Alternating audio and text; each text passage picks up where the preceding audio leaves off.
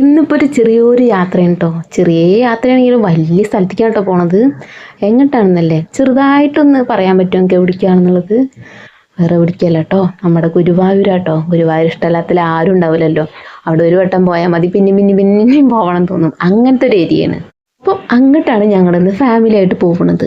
കുറേ ദിവസമായി ഞാൻ വീഡിയോ ഇട്ടിട്ട്. ഞാനൊരു ജോലി തിരക്കിലായതുകൊണ്ടാണ്, ജോലിക്ക് പോകുന്നുണ്ട്. അപ്പം അതിൻ്റെ തിരക്കായതുകൊണ്ടാണ് വീഡിയോ ഒന്നും അങ്ങനെ ശരിക്കും ഇടാൻ പറ്റാത്തത്.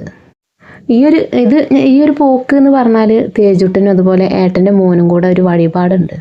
അപ്പോൾ തേജുട്ടന് മേലിൽ കൂടെ അങ്ങനെ ഒരു ചൊറി പോലെ പൊങ്ങിയപ്പോൾ ഞാനങ്ങനെ നേർന്നു തേന്നു ഓനെ തുലാഭാരം തൂക്കാന്നുള്ളത്.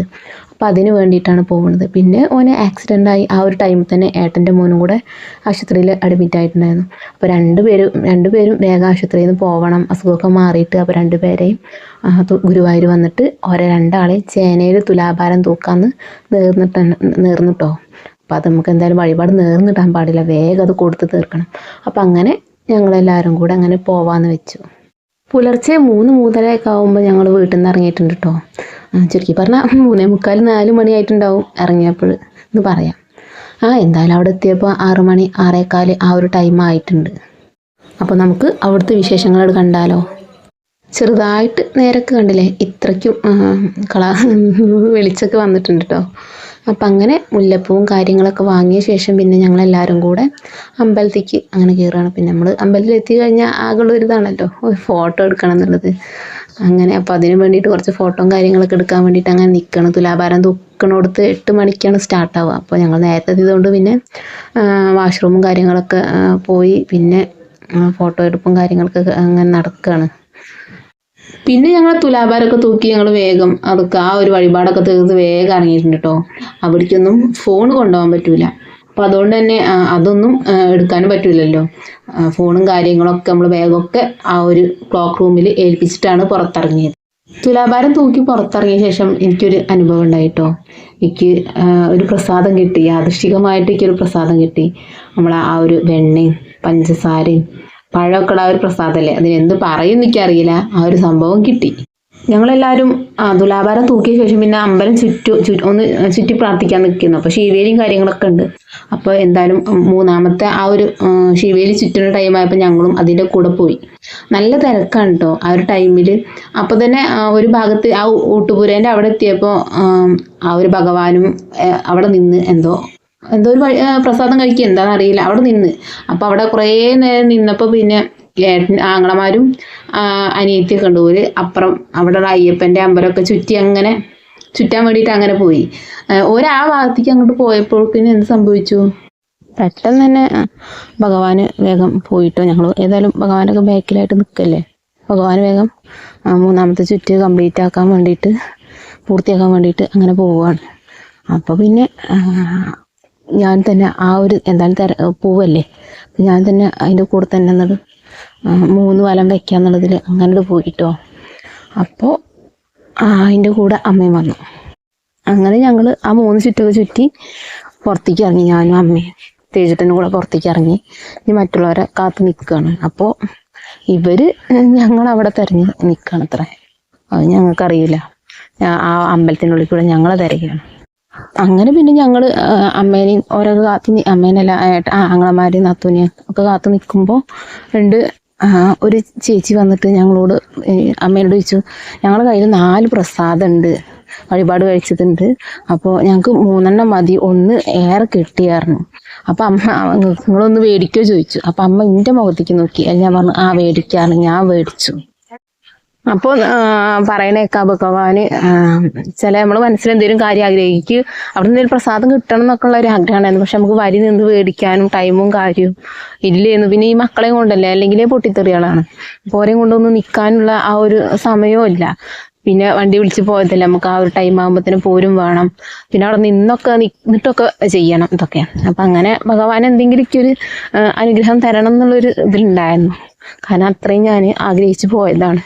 എൻ്റെ കുട്ടിക്ക് അങ്ങനെ ഒരു ഇത് വന്നപ്പോൾ, പിന്നെ ആക്സിഡൻറ്റും കാര്യമൊക്കെ ആയപ്പോൾ ഇങ്ങനെ അതൊന്നൊക്കെ ഒന്ന് മാറ്റം ഉണ്ടാവണം എന്നുള്ളതിലായിരുന്നു. അപ്പോൾ ഞാനങ്ങനെ ഒരു വഴിപാട് നേർന്നതോട് കൂടി എൻ്റെ കുട്ടീൻ്റെ പേരുണ്ടായ ആ ഒരു സംഭവങ്ങളൊക്കെ പോയിട്ടോ. പിന്നെ അത് കണ്ടിട്ടില്ല. പിന്നെ അതങ്ങനെ നീണ്ട് ഒന്ന് ആ വഴിപാട് നേർന്നും ചെയ്തു. പിന്നെ നീണ്ടു പോയി, പെട്ടെന്ന് ആക്സിഡന്റ് ആയി. പിന്നെ എനിക്ക് പേടിയാവാൻ തുടങ്ങി. കാരണം വഴിപാട് നേർന്നിടാൻ പാടില്ല എത്ര, വേഗം കൊടുത്ത് തീർക്കണം. അപ്പം അങ്ങനെയാണ് ഞാൻ വേഗം തന്നെ ഈ ഒരു ഇതിന് ഇതായത്. അതൊന്നും തന്നെ എനിക്ക് എന്തെങ്കിലുമൊക്കെ ഒരു ചെറിയ ജോലി കിട്ടിയിട്ട് ഞാൻ തന്നെ നേർന്ന വഴിപാടല്ല, ഞാൻ തന്നെ തീർക്കണം എന്നുള്ള ഒരു ഇതുണ്ടായിരുന്നു കേട്ടോ. അപ്പം അങ്ങനെ എനിക്ക് ആ വെക്കേഷൻ ടൈമിൽ എനിക്കൊരു ചെറിയ ജോബും കിട്ടി. പിന്നെ ആ ഒരു കാശ് കൊണ്ടാണ് ഇപ്പം ഞാൻ എൻ്റെ കുട്ടീനെ ഈ ഒരു വഴിപാട് തീർക്കാനായിട്ട് പോന്നിട്ടുള്ളതും. അങ്ങനെ വഴിപാടും തീർത്ത് ഭഗവാന്റെ അനുഗ്രഹത്തോടു കൂടി പ്രസാദം കിട്ടി, എല്ലാം കഴിച്ച് പിന്നെ ഭഗവാന്റെ അവിടുത്തെ ഉച്ചഭക്ഷണവും കഴിച്ചിട്ടാണ് പിന്നെ ഞങ്ങൾ അവിടുന്ന് പോകുന്നത്. പിന്നെ അവിടുന്ന് പോന്നിട്ട് പിന്നെ ഞങ്ങൾ വേഗം അമ്മമ്മയൂരും കൂടെ പോയി അവിടുന്ന് കുറച്ച് പ്രസാദം മേടിച്ച് നമുക്ക് ഒക്കെ കൊടുക്കണമല്ലോ, അമ്മൂന് ഹോസ്പിറ്റലിലത്തെ ആളുകൾക്ക് ഡോക്ടേഴ്സിനൊക്കെ കൊടുക്കണം പറഞ്ഞ്. അപ്പം അങ്ങനെ അവിടെ പോയിട്ട് അതും മേടിച്ച് ഞങ്ങൾ അമ്മയൂരും കൂടെ പോയാലാണല്ലോ നമ്മളെ ആ ഒരു ഗുരുവായൂർ യാത്ര പൂർണ്ണമാവുക. പിന്നെ ഞങ്ങൾ അടുത്തത് പോയത് നമ്മളെ ഫേമസ് ആയിട്ടുള്ള ഒരു ഫാൻസി ഉണ്ടല്ലോ ഗുരുവായൂരത്തെ, അത്രയും ട്രെൻഡായിട്ടുള്ള ആ ഒരു പ്രിയങ്ക ഫാൻസിയിലായിട്ടാണ് ഞങ്ങൾ പോയത്. അപ്പോൾ അച്ചു, അതായത് ബേക്കിൽ അമ്മൂൻ്റെ ബേക്കിൽ നിൽക്കണ അച്ചു, ഓളാണ് ഞങ്ങളെ കൂടെ നമുക്ക് അവിടെ പോവാറുണ്ട്. ആ സ്ഥലമൊക്കെ കാണിച്ചെന്ന്. ഓടെ വീട് ഇവിടെ തന്നെയാണ് കേട്ടോ, അവിടെ ഞങ്ങളെ നാട്ടിൽ കല്യാണം കഴിച്ചതാണ്. അപ്പം അങ്ങനെ ഓളാണ് അങ്ങോട്ട് കൂട്ടിക്കൊടുന്നത്. അപ്പോൾ ഇക്കും തന്നെ റീൽസിലും കാര്യങ്ങളൊക്കെ കാണുന്നുള്ള ആഗ്രഹം ഉണ്ടായിരുന്നു കേട്ടോ. അപ്പം അങ്ങനെ അവിടെ എത്തിയൊക്കെ ഉണ്ട്, ഒരു ലോകം തന്നെയാണ്. ഗുരുവായൂർ വന്ന എന്തായാലും ഇവിടെ ഗേൾസ് എന്തായാലും അവിടെ പോകണം കേട്ടോ. അത്രയ്ക്കും സാധനങ്ങളാണ്, നമുക്ക് എന്ത് എടുക്കണം എന്നുള്ള ആ ഒരു പ്രാന്തിക്കാരം കേട്ടോ. അതുകൊണ്ട് തന്നെ ഞാനൊന്നും മേടിച്ചിട്ടില്ല. എൻ്റെ മോൾക്ക് അവനിക്കൊക്കെ ഇങ്ങനെ ഏതെടുക്കണം, ഒന്നെടുക്കുമ്പോൾ അപ്പുറത്തെ രസം, അപ്പുറത്തെ എടുക്കുമ്പോൾ ഇപ്പുറത്തെ രസം, കണ്ണിങ്ങനെ മിന്നിമായി കേട്ടോ. പിന്നെ അവിടുന്ന് കുറച്ച് സാധനങ്ങളൊക്കെ വാങ്ങിയ ശേഷം പിന്നെ ഞങ്ങൾ നേരെ പോയത് നമ്മളെ ആ ഒരു ആനക്കോട്ടയിലേക്ക് കേട്ടോ. ഗുരുവായൂരിലെത്തിയാൽ പിന്നെ നമ്മൾ പ്രധാനമായിട്ട് പോകേണ്ട ഒരു സ്ഥലം തന്നെയാണ് ആനക്കോട്ട. കുട്ടികൾക്കും വലിയവർക്കും ഒരുപോലെ ഇഷ്ടമാവുന്ന ഒരു ഏരിയ തന്നെയാണ് ഈ ഒരു ആനക്കോട്ട കേട്ടോ. പക്ഷെ ഞങ്ങൾ വന്ന പ്രാവശ്യമുള്ള അത്ര ആനകളൊന്നും ഇല്ല കേട്ടോ.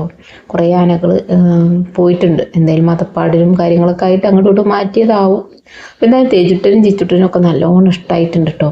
അവന് പിന്നെ ഒരു പ്രാവശ്യം വന്നതുകൊണ്ട് ആ ഒരു ഇതിൽ ഗമയിലിങ്ങനെ നടക്കുകയാണ്. അവിടെ ഈ ആനയാണ്, ഇതിലെ പോവാ അങ്ങനെ പോകാന്നൊക്കെ പറഞ്ഞ് അങ്ങനെ നടക്കുകയാണ് കേട്ടോ. വലിപ്പത്തരം കാട്ടിയിറക്കുകയാണ്. തേജുട്ടിന് എന്താ പറയണത്, ആനപ്പുറത്ത് കയറണം. ഓനതാണ് കേട്ടോ. കാരണം ചേച്ചി ഇന്നാൾ വന്നപ്പോൾ ചേച്ചി ആനനെ തൊട്ടല്ലോ, എനിക്ക് ആനേൻ്റെ പുറത്ത് കയറണം, എനിക്ക് ആനനെ തൊടണം. ഇതിപ്പോൾ അതിനൊന്നും പറ്റണില്ല കേട്ടോ. കാരണം ഇവക്ക് കഴിഞ്ഞ പ്രാവശ്യം വന്നപ്പോൾ എങ്ങനെ തൊടാൻ പറ്റി. ആ ഒരു ആനേൻ്റെ പാപ്പാനോട് പേരെന്താ ചോദിക്കാൻ പോയതാണ്. അപ്പോൾ ആ പാപ്പ ചോദിച്ചു, തൊടണം ചോദിച്ചു. അപ്പം അങ്ങനെ പോയിട്ട് അവിടെ തൊട്ടതാണ്, ആ ഒരു ആനേനെ തൊട്ടതാണ് കേട്ടോ. അപ്പം അങ്ങനെ അതിനുള്ള ഭാഗ്യം കിട്ടി.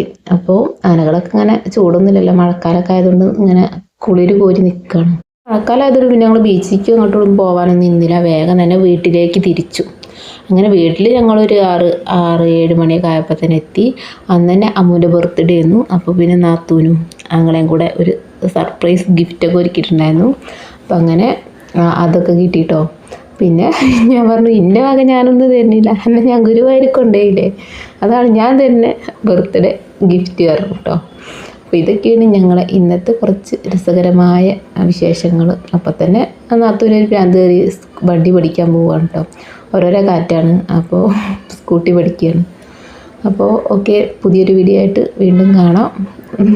തിരക്കിനനുസരിച്ചാകുമ്പോൾ ഞാൻ വീഡിയോ ഇട്ടുണ്ടാവും അല്ലേ.